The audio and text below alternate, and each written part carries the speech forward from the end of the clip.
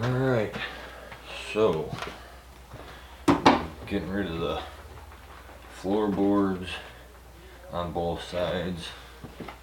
I cut all this off the front. I'll show you that in a moment. But for now, I'm just going to finish on this off.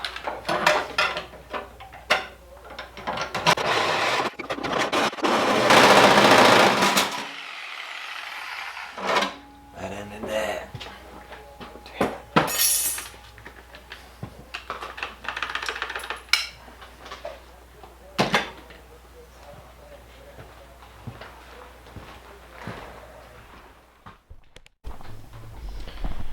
Alright, so as you can see, we got the floorboard, footboard, whatever the hell you want to call it. We got that off.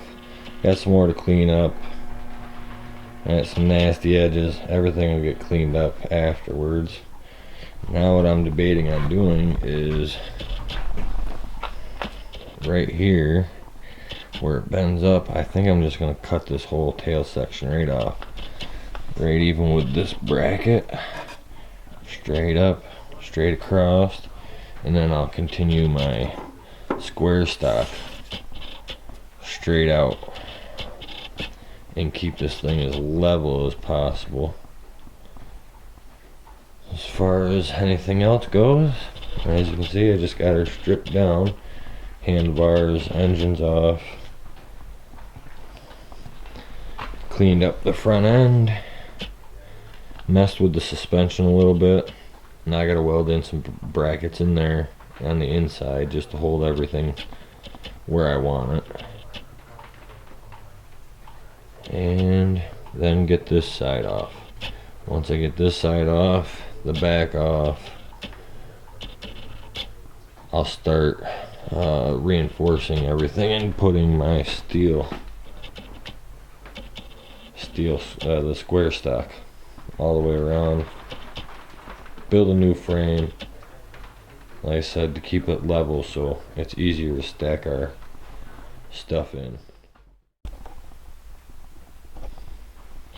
Alright guys, so I screwed up with the cameras. I thought I had time lapse of me tearing this side off and clearing all this side up, and I lost the footage. So anyhow, I figure I'd give you a rundown. Real simple. If you're trying to do any of this at home, don't let it intimidate you. It's easy enough to do. Cut and hack and all this stuff we can clean up after. I got my suspension up where it belongs. I got some more stuff here I gotta clean up. Get the rest of all this garbage cleaned off. And then what we're gonna do is try and time lapse this side again. So I mean, obviously there's not really a whole lot to it. Zawzaw, cut off wheel, whatever it takes. Cut the floorboards off if you so choose. Last year while using this, it seemed that the floorboards only just got in the way. When you tried leaning the machine over, it'd get stuck in the snow. But we raised the front end up so there's much more clearance, so it probably is going to be less of a problem. Still going to hack them off. I don't want it to be an issue. And unfortunately, because this is a rev chassis, it's got this kick up in the back. We're going to cut this off right square with this bracket and cut it straight up and across. Now the unfortunate part is that this is a good heat exchanger, and I'm not taking it out because it supports a lot of the chassis itself. So we're going to cut that so this will either lay flat, or I'm just going to build till the end with steel. I'll continue the steel straight back, put a nice hitch on the back, put the snow flat back on, and then we can start working on handlebars. Once we get the handlebars on, get the throttle hooked up, and this thing should be ready for the ice.